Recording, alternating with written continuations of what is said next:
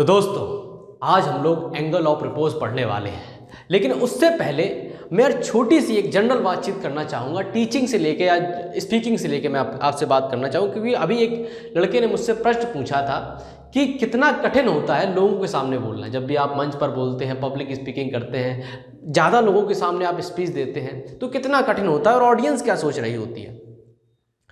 तो मेरा आपको मैं इसको भी थोड़ा फील कराने की कोशिश करता हूँ। ये उसने जो सवाल पूछा कि जो ऑडियंस होती है, जब भी आप किसी मंच पर बोलने जाते हैं, जो ऑडियंस होती है वो चाहती है कि आप जीतें, आप अच्छा परफॉर्मेंस करें। आपसे मैं खुद सवाल पूछता हूँ कि आप कभी कोई फिल्म देखने गए हैं तो आप चाहते हैं फिल्म में जो किरदार है, जो फिल्म है, वो बहुत अच्छा प्रदर्शन करे, मुझे मज़ा आ जाए। आप कोई सर्कस देखने जाते हैं, आप चाहते हैं कि जादूगर है, जो भी सर्कस करने वाला है वो बेस्ट परफॉर्मेंस करे। आप यहाँ पर आए हैं, आप मुझे देख रहे हैं, आप चाहते हैं कि ये जो व्यक्ति खड़ा है वो बहुत अच्छा परफॉर्मेंस करे, टीचिंग में मतलब वो आग लगा दे। तो ऑडियंस है, एकमात्र तरीका है अपने आप को एज ए स्पीकर अपने आप को मोटिवेट करने का कि ऑडियंस हमेशा चाहती है कि आप जीतें, ऑडियंस हमेशा चाहती है कि आप अच्छा परफॉर्मेंस करें, ऑडियंस हमेशा चाहती है कि आप कुछ फाड़ दें, मतलब एक एक्स्ट्राऑर्डिनरी चीज़ें करते हैं। तो हमेशा आप खुद आप अपने फील से सोचिए यार। आप कभी ऑफलाइन क्लास, मतलब स्कूल में कोई टीचर आया, कोई नया टीचर आया, आप सबसे पहले चाहते हैं कि वो टीचर ऐसा पढ़ाए कि भाई साहब मज़ा आ जाए। मेरे साथ तो ऐसा होता था, जब मैं स्कूल में था, कोई नया टीचर आता था तो मैं उम्मीद करता था कि ऐसा मास्टर हो यार, मतलब ऐसा अध्यापक हो कि मज़ा आ जाए पढ़ने में। तो ऑडियंस हमेशा वही चाहती है जो आप बेहतर करना चाहते हैं।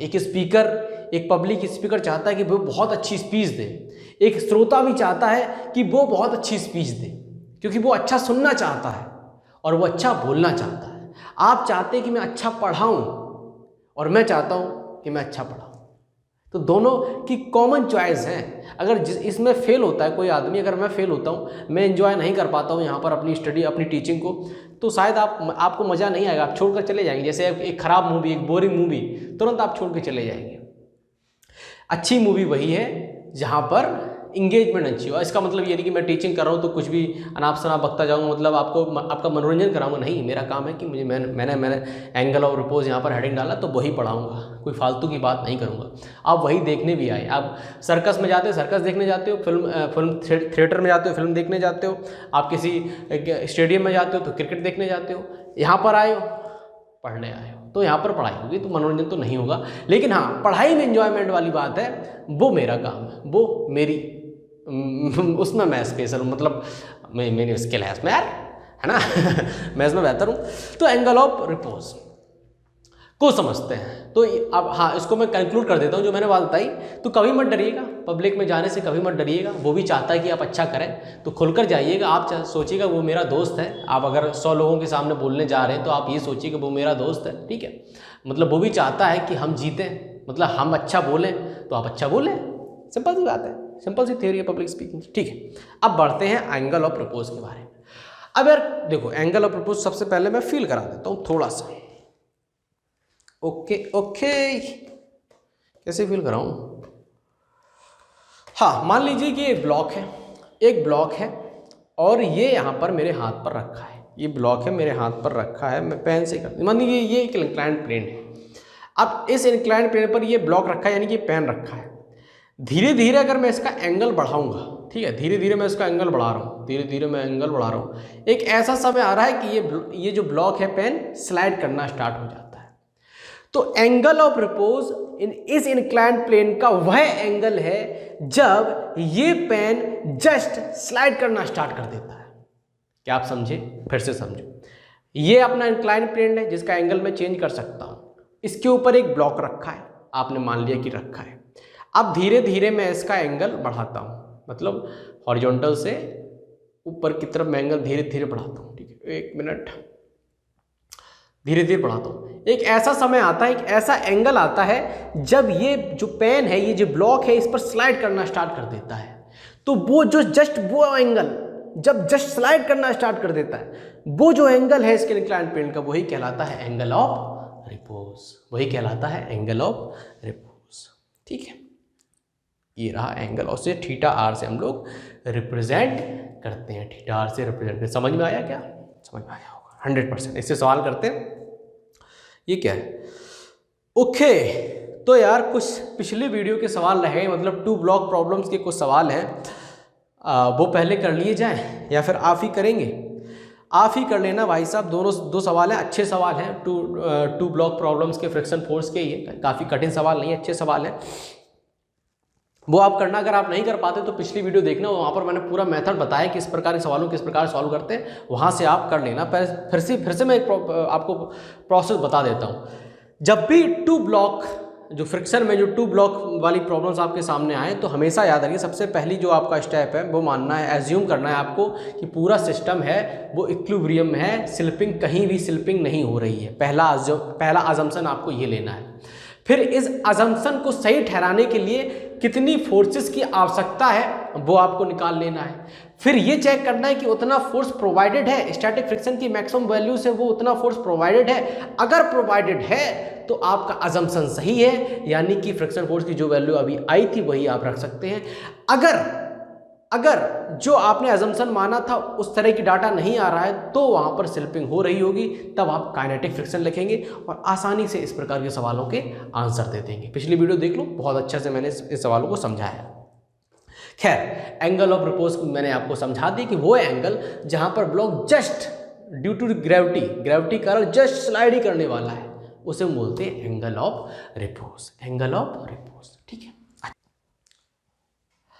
अच्छा, अभी मैं एक छोटा सा आपसे सवाल पूछता हूँ इस पर कि मान लीजिए ये m मास का ब्लॉक है, इस ब्लॉक का मास कितना है? m है, और ये इंक्लाइंड है, इसका एंगल है थीटा, और हमें दिया गया है कि थीटा है वह छोटा है थीटा r से, यानी एंगल ऑफ रिपोज से थीटा थोड़ा छोटा है। अब इसका क्या मतलब है? जब एंगल ऑफ रिपोज से थीटा थोड़ा छोटा है तो क्या होगा? ब्लॉक क्या स्लाइड करेगा? तो ब्लॉक स्लाइड नहीं करेगा। उस कंडीशन में हमसे पूछा गया कि फ्रिक्शन फोर्स की वैल्यू बता दो भाई। हमें डाटा दे दिया गया कि थीटा है, थीटा r से कम है, यानी थीटा एंगल रिपोज से कम है। इसका सीधा मतलब है कि ब्लॉक है, इंक्लाइंड प्लेन पर रेस्ट पर है, रुका हुआ है, और उस कंडीशन में हमसे पूछा गया फ्रिक्शन फोर्स की वैल्यू बता दो। कैसे बताओगे? सबसे पहले तो आप कंपोनेंट ही करोगे, mg लग रहा है तो ये mg कॉस थीटा, ठीक है, और इस डायरेक्शन में down to the inclined mg sine theta. Okay, अब फ्रिक्शन फोर्स की वैल्यू यहां पर कितनी होगी? क्या फ्रिक्शन फोर्स की value F K is equal to mu K mg cos theta होगी? बताइए, क्या इतनी होगी फ्रिक्शन फोर्स की वैल्यू यहां पर? भाई साहब बिल्कुल ऐसा नहीं होगा, क्योंकि स्लाइडिंग हो नहीं रही है, स्लिपिंग हो नहीं रही है, तो काइनेटिक फ्रिक्शन तो लग ही नहीं सकता। ये फ्रिक्शन फोर्स की वैल्यू नहीं है। क्या यहाँ पर फ्रिक्शन फोर्स की वैल्यू ये है, म्यू एस है, mu S mg cos theta है? क्या ये फ्रिक्शन फोर्स की वैल्यू?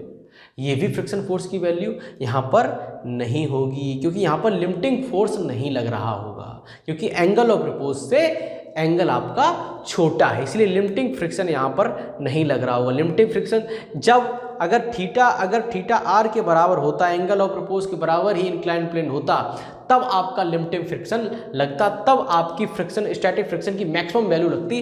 अभी तो नहीं लग रही, यानी ये भी नहीं होगा। क्या यहाँ पर फ्रिक्शन फोर्स की value F is equal to mg sine theta के बराबर है? बिल्कुल हाँ। क्यों है?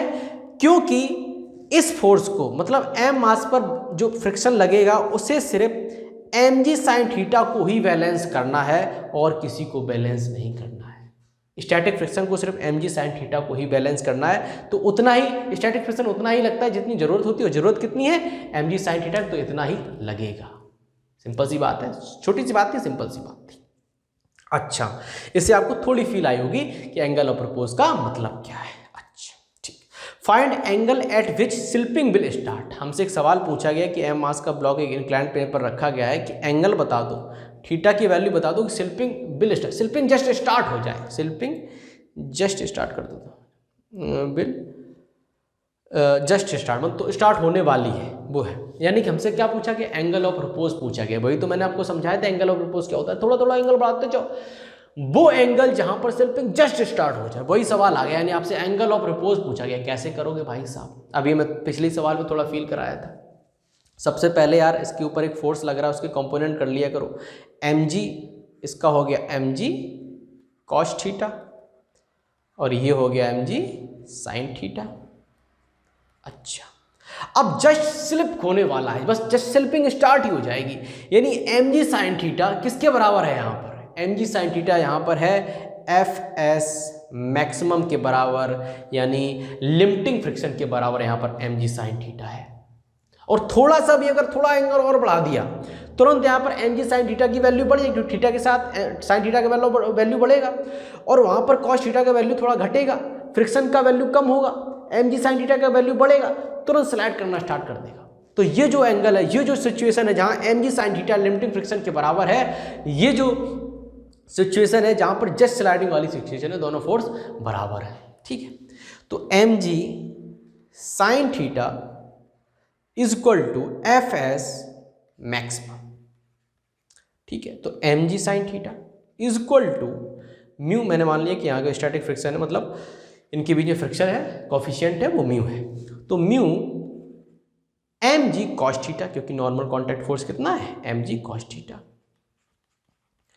अब यहाँ पर mg से mg कैंसिल आउट हो गया, ये इधर लाए तो tan theta is equal to mu, तो theta is equal to tan inverse mu, और यही थीटा क्या होता है? थीटा r होता है। तो एंगल ऑफ रिपोज जब भी आपसे पूछा जाए तो ये वाला फॉर्मूला आप इस्तेमाल कर सकते हैं, ये वाला फॉर्मूला आप आसानी से इस्तेमाल कर सकते हैं। अच्छा, अगर म्यू की वैल्यू होती बताओ 1/√3, तो what is the value of angle of repose? कितने डिग्री एंगल ऑफ रिपोज होगा बताओ? अगर म्यू की वैल्यू है 1/√3, कितने डिग्री होएगा भाई साहब? सिंपल है, 30 डिग्री। थीटा आर कितना होगा? 30 डिग्री। 30 डिग्री वो एंगल होगा जहां पर ब्लॉक है जस्ट स्लिपिंग कर देगा, जस्ट स्लिप कर जाएगा नीचे ड्यू टू ग्रेविटी। ओके, ये सवाल समझ में आया? तो एंगल ऑफ रिपोज कभी पूछा जाए बता दोगे? आसानी से बता देंगे भाई साहब। इस पर हम लोग बहुत तंगड़े तंगड़े सवाल करेंगे, ये कॉन्सेप्ट बहुत अच्छा है। अब कहा गया है कि block is moving down along the incline, find acceleration. Block है भाई, मूव कर रहा है, m मास का ब्लॉक मूव किए जा रहा है, एक्सेलरेशन पूछा गया है, तो सबसे पहले एफबीडी बनाओ भाई। एफबीडी तो मत बनाओ, कंपोनेंट कर लो एक्सेलरेशन के, फोर्स के एक्चुअली। ये देखो mg sin थीटा, ये काम तो सबसे पहले कर लिया करो, ठीक है। अच्छा, अब डाउन टू द इंक्लाइन, मतलब ब्लॉक है स्लाइड कर रहा है इंक्लाइन पर, तो स्लाइड कर रहा है इस डायरेक्शन में, तो फोर्स किस डायरेक्शन में लगेगा? फोर्स लगेगा अपोजिट डायरेक्शन में, मोशन का अपोज करेगा। और फ्रिक्शन कौन सा लगेगा? चूंकि स्लाइडिंग हो रही सवाल में ही कहेगा, तो फ्रिक्शन काइनेटिक लगेगा, फ्रिक्शन काइनेटिक लगेगा। और यहाँ पर हमें दिया गया है friction coefficient mu, friction coefficient हमें म्यू दिया गया है दोनों ब्लॉक और इंक्लाइन प्लेन सरफेस के बीच में। एक्सेलरेशन पूछा गया तो सिंपल सी बात है यार, सिंपल सी बात है, कोई बड़ी बात है। एक्सेलरेशन डाउनवर्ड डायरेक्शन में तो a is equal to mg sine theta minus F K, जो कि होगा mu mg cos theta upon m।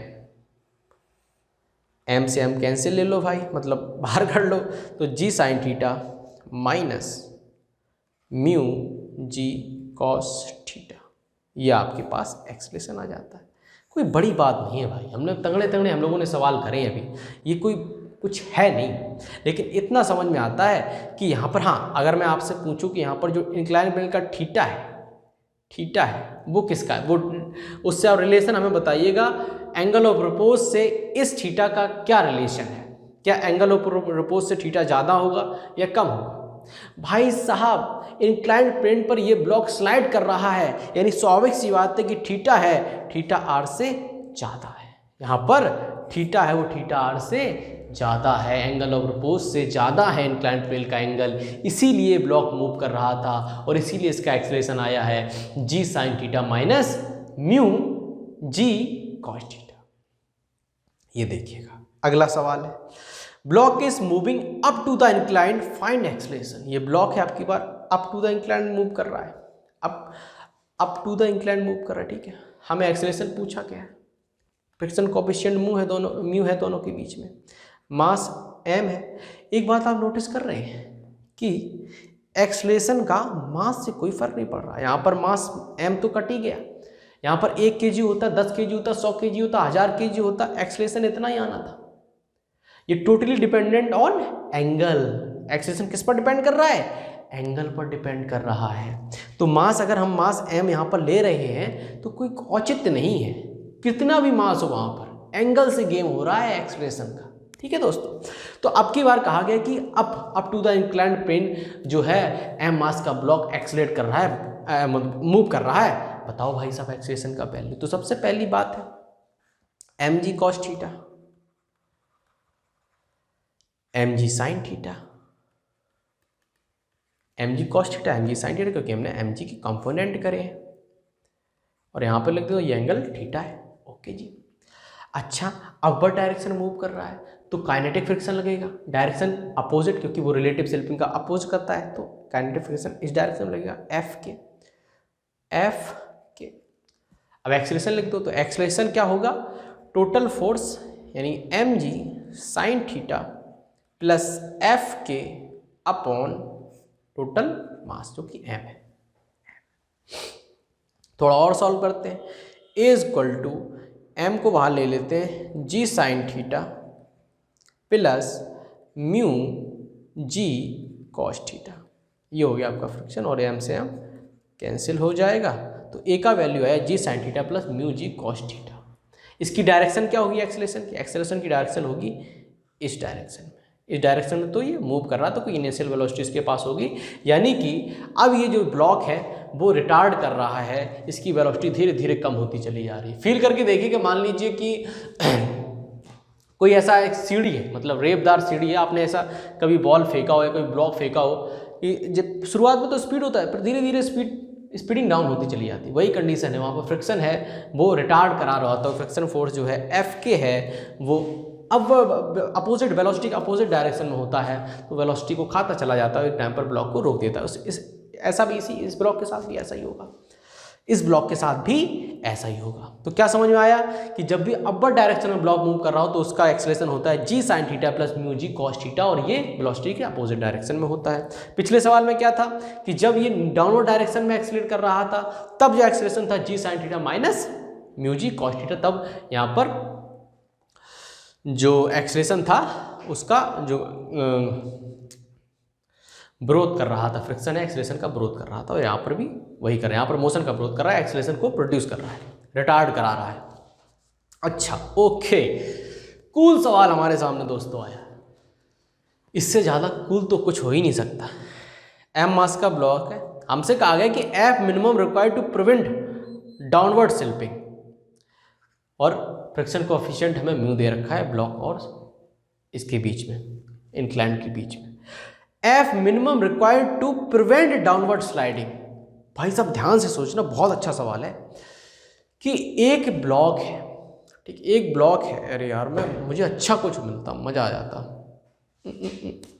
चलो मैं हाथ ही से करता हूँ। ध्यान से देखना कि एक ब्लॉक है, ठीक, एक ब्लॉक रखा है मेरे हाथ पर ऐसे, ठीक है, एक ब्लॉक ऐसे रखा है, और हमसे पूछा गया कि डाउनवर्ड स्लिपिंग को रिक्वायर, मतलब यहाँ पर जो थीटा है, एंगल ऑफ जो थीटा है it greater than angle of repose, तभी यहाँ पर डाउनवर्ड स्लिपिंग हो रही है, तभी यहाँ पर डाउनवर्ड स्लिपिंग की टेंडेंसी है। तो जैसे ही ब्लॉक है मूव करना स्टार्ट करता है, angle of theta angle of repose से ज़्यादा, यानी कि ये मूव तो नीचे करेगा। अब कितना मिनिमम फोर्स लगा दिया जाए, कितना मिनिमम फोर्स यहाँ पर लगा दिया जाए कि स्लाइडिंग ना हो, स्लाइडिंग को प्रिवेंट करा जा सके, रोका जा सके।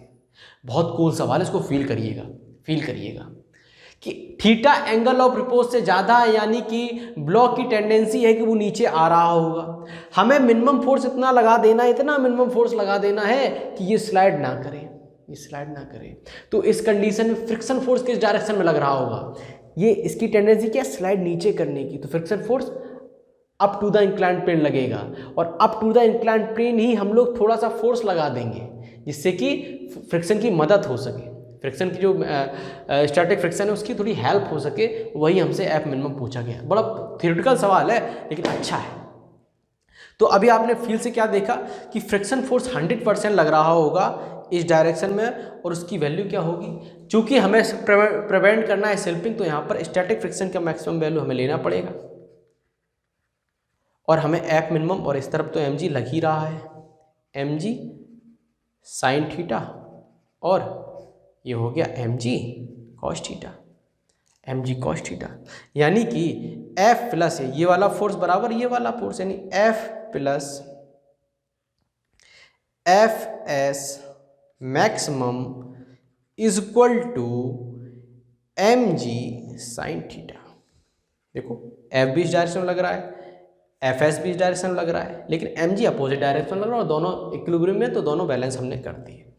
तो F is equal to M G sine theta minus F S maximum, यानी कि mu S M G cos theta. तो ये होगी एफ मिनिमम। एफ की वो मिनिमम वैल्यू है जब रोका जा सकता है ब्लॉक को स्लाइड होने से, डाउनवर्ड डायरेक्शन में स्लाइड होने से रोका जा सकता है। बड़ा कूल सवाल है, बड़ा कूल सवाल है भाई।